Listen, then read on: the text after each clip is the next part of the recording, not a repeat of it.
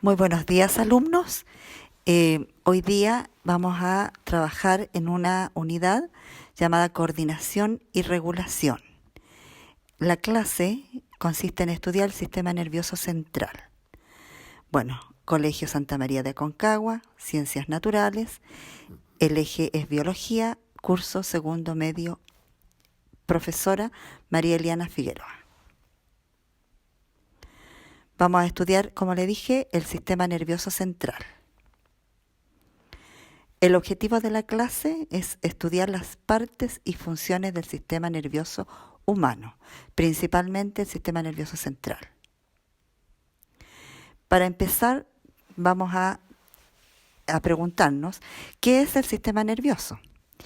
Y dice que es un conjunto de órganos conectados entre sí y con los demás órganos y tejidos del cuerpo, encargados de controlar, regular y coordinar las respuestas de nuestro organismo, permitiendo adaptarse a diferentes estímulos, tanto internos como del medio ambiente, o sea, externos.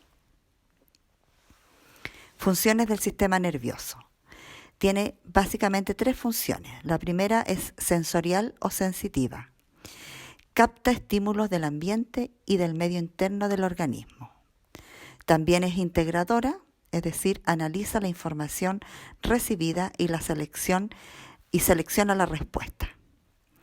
Y efectora o motora, elabora una respuesta frente al estímulo recibido. Ejemplos: secreción glandular, contracción muscular, etc.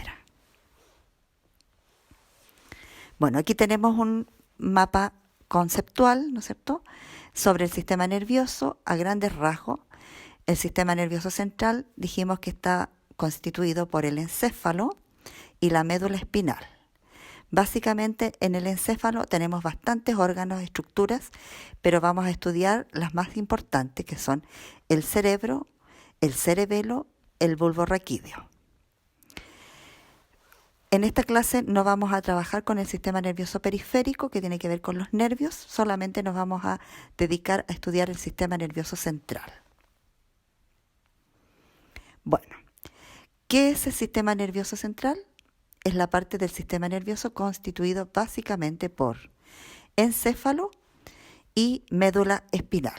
¿Ya? Aquí tenemos el encéfalo, que es todo lo que está aquí en la superficie, ¿no es cierto? Y tenemos la médula espinal, ¿no es cierto?, que va atravesando nuestra columna vertebral, va en forma interna. Bueno, el encéfalo tiene estructuras básicas importantísimas, como el cerebro, ¿ya?, que es básicamente todo lo que está aquí, el cerebelo, que es como esta ramificación, esta rama que está aquí, ¿ya?, y el bulbo raquídeo, que está constituido básicamente por esta estructura. Vamos a definir cada uno de las partes del encéfalo. Sabemos que el encéfalo está protegido por huesos, ¿no es cierto?, llamados huesos del cráneo, y presenta las siguientes partes. La primera y la más importante, ¿no es cierto?, está el cerebro, y es el responsable de las funciones superiores como el intelecto y el lenguaje. También tenemos el cerebelo, que participa en el control del equilibrio y postura del cuerpo. También se le llama árbol de la vida, porque yo le decía que parecía una rama, ¿no es cierto? Y el bulbo raquídeo participa en el control involuntario de funciones vitales. Es el centro del estornudo, por ejemplo, tos y vómito. ¿Qué consecuencias tendrá para una persona una lesión severa en el cerebelo? Esta respuesta la tienen ustedes en la página 27 de su texto, ¿ya? Pero yo me adelanté y también traje la respuesta. Se producen daños en la región, ¿no es cierto? Si se producen daño o degeneración de las neuronas o daño en las neuronas, provocarán desequilibrios y movimientos descontrolados y poco precisos, ¿ya? Si hubiese un accidente y una persona se golpeara por casualidad, ¿no es cierto?, esa región, se produciría esta dificultad. Aquí tenemos una imagen que representa el cerebelo, ¿no es cierto?, que está en la parte posterior del encéfalo. Nuevamente tenemos otra imagen, ¿ya?, y aquí tenemos el cerebelo. Fíjense la posición que tiene en relación, digamos, a lo que es el tronco encefálico y la médula espinal. Está adosado al tronco encefálico, ¿no es cierto? Y es el inicio aquí, termina ahí, y empieza la columna o médula espinal, ¿ya? Aparecen otras estructuras que en este momento no vamos a darle mayor relevancia. Bueno, también, como les decía yo, el sistema nervioso central básicamente está formado por el encéfalo y médula espinal, ¿ya? Aquí tenemos lo que es el encéfalo, médula espinal, ¿no es cierto? Cada uno de sus partes lleva un nombre específico que, ¿no es cierto?, tenemos que tener en cuenta, ¿ya? Página 27 de su texto aparece una imagen muy parecida a esta para que ustedes vayan comparando. Bueno, la médula espinal tiene forma de cordón y se halla protegida por la columna vertebral. Es el centro de los actos reflejos. Comunica el cuerpo con el encéfalo, del que habíamos hablado recién, y de esta médula espinal, ¿no es cierto?, presenta 31 pares de nervios que están aquí, ¿no es cierto?, dibujados. Aquí ustedes van fijándose que están los nervios saliendo de la médula espinal. Bueno, también les traje un dibujo, una imagen, mejor dicho, para que se hagan la idea cómo van saliendo los nervios de esta médula espinal que está interna, ¿no es cierto?, este cordón que está dentro de la columna vertebral, ¿ya? El cerebro. Bueno, aquí tenemos una imagen que representa lo que es el cerebro y qué función tiene el cerebro. Dice ahí que controla y coordina el movimiento, el comportamiento, las funciones corporales, homeostáticas, por ejemplo, los latidos del corazón, la presión sanguínea, el balance de fluidos y la temperatura corporal. El cerebro también es responsable de la cognición, las emociones, la memoria y el aprendizaje. Importantísimo el cerebro entonces. El cerebro está subdividido por lóbulos, ¿ya? Tenemos lóbulo frontal, por eso se llama la frente, ¿no es cierto? Justamente está ubicado en la parte frontal. Lóbulo parietal, que está en la parte superior, ¿ya? Lóbulo occipital, en la parte de atrás del encéfalo. Y el lóbulo temporal, que básicamente está a los lados, ¿no es cierto?, del encéfalo.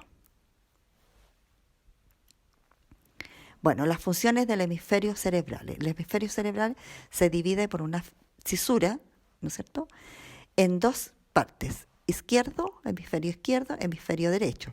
Y cada uno de estos hemisferios tiene funciones específicas.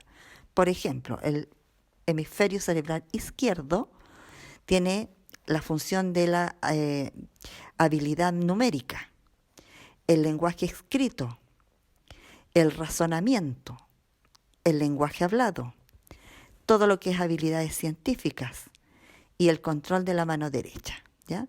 O sea, están dirigidos, ¿no es cierto? La mano derecha en el hemisferio izquierdo se controla, fíjense.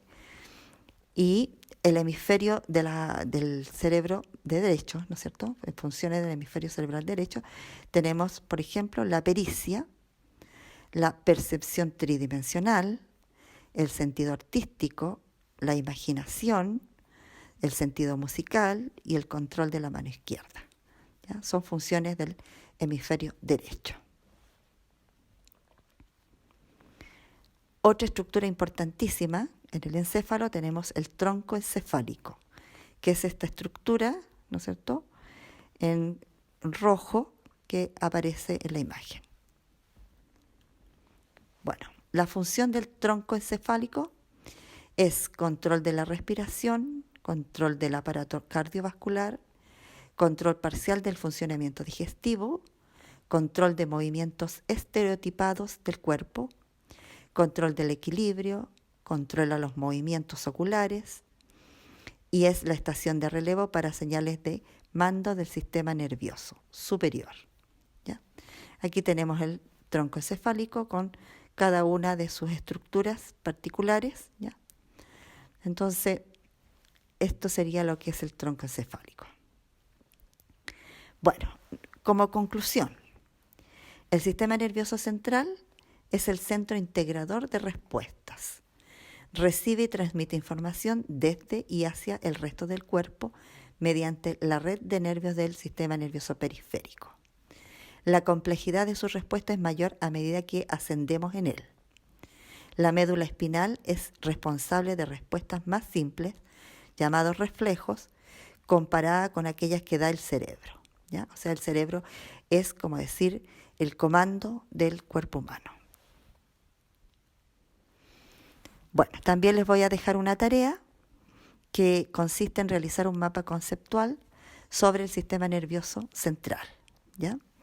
Es importante que coloquen en él las palabras conectoras para darle sentido, ¿ya? Y la palabra macro, que tiene que ir, ¿no es cierto? A partir de ella salen todas las ramas del mapa conceptual, es sistema nervioso central.